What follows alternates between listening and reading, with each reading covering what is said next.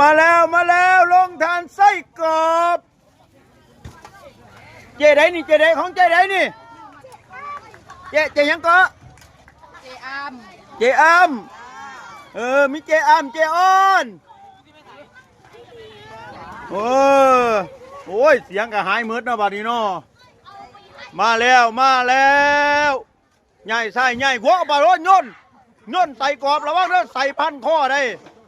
แม่มาถึง2เลยครับมือนี้ของแท้บ่แท้เจ้าคนจีนี่แหละถึงเขาเอิ้นจีเฮือนยังนี่หัวนะเขาเอิ้นว่ายังนี่บ้านเฮาก็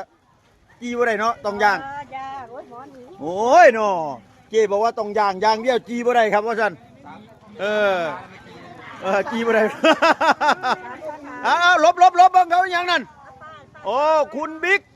คุณอึ่งคุณเบียร์คุณสัวจิ๋นก็เท่านั้นแหละ